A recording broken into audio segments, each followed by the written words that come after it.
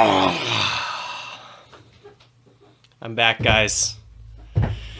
I'm back to beat Samsung Galaxy.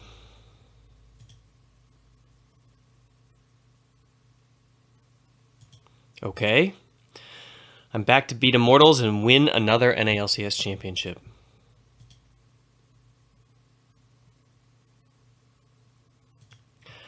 All right, well, at least I got to hang out with Doublelift.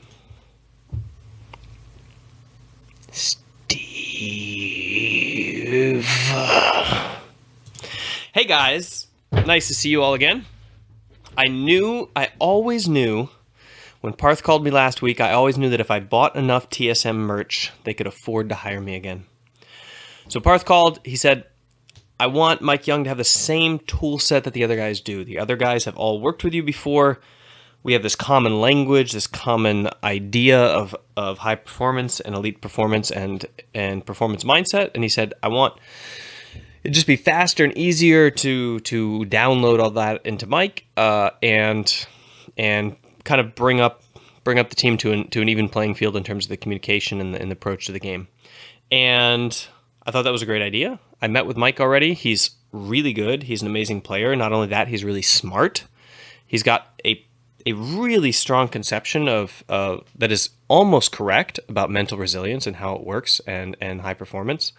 And I already noticed that the things we talked about in the first week, he understands the concepts really readily. We were able to cover in 2 hours what normally I would reserve for a couple weeks of training. And not only that, but he was able to apply all of the concepts pretty much almost immediately. So it's really clear that this new group of rookie players, like if you're coming into the pro scene now, if you want to be a pro in League of Legends, if you're like, okay, I'm going to do it, it's not like it was 7 or 8 years ago. You have to come in with this. I mean, the people who are beating out the competition and rising to the top now and coming into the scene are just so much more advanced. And this is not throwing shade at any of the previous generation of pros, right? Especially the ones who are still around, right? Because they had to adapt to this and grow this tool set without having it from their life before they were pros.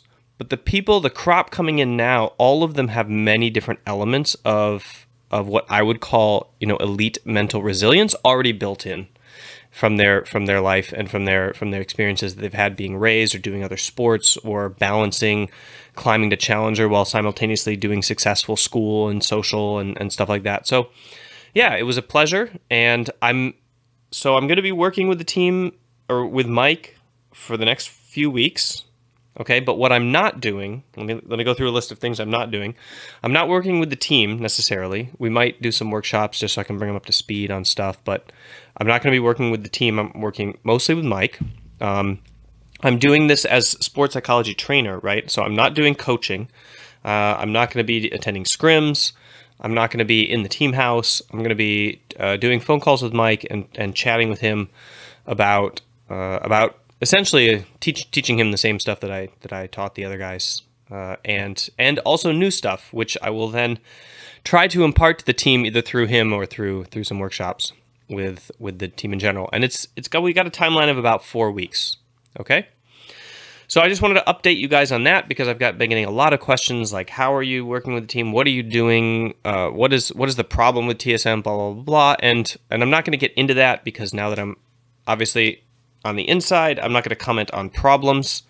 That's something that I can only do from the outside without violating any sort of privacy issues to do with sports psychology work, right? I think that you guys understand that when I'm outside a team, I can comment all day on it and give my insight because I have the same material and information that you guys do when I watch the games and when I watch the VODs and when I watch the reality TV shows.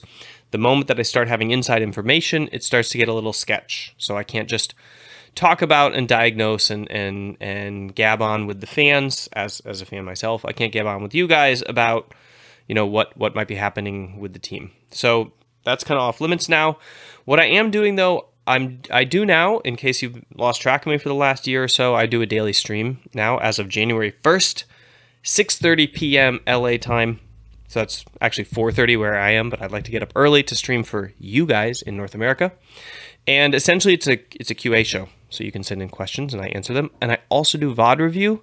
Now, the reason I'm talking about this right now is because, well, first of all, I want you all to come to my stream, twitch.tv/mindgamesweldon, please. I'm like 50 concurrent viewers away from partner. But anyway, the other thing is that I'm announcing that I can no longer do TSM VOD reviews. So I've been doing VOD reviews for the entire split of TSM. I can't do them anymore. That's just kind of like a personal rule that I have. I don't like to do VOD reviews of teams that I'm coaching because it might let slip any sort of information that I don't want out there. And so I'm going to VOD review different teams. I might actually VOD review teams that are playing TSM because I'm pretty good at blocking off one side of my brain and just focusing on the team that I'm talking about. And so I might do Echo Fox or I might do Optic, simply because those are the most fun orgs that I think are in the ALCS right now. I like watching Echo Fox play. I love their culture. I love their corporation. I love their way that they do business. Ever since they joined the LCS, they've kind of had my vote. And I really like Optic from Call of Duty, and I really like Optic from the other esports. And when they came into League of Legends, I was super excited. So I might end up doing some Optic games as well. Although their League of Legends team does not seem that fun to watch. I don't know. I have almost more fun watching Clutch Gaming games than I do watching Optic games. But maybe that will change. Maybe they will upgrade or do something interesting in the future. But yeah, make sure you check out my stream. I'm excited to see hopefully TSM make playoffs. Let's see how it goes, and catch you guys next time.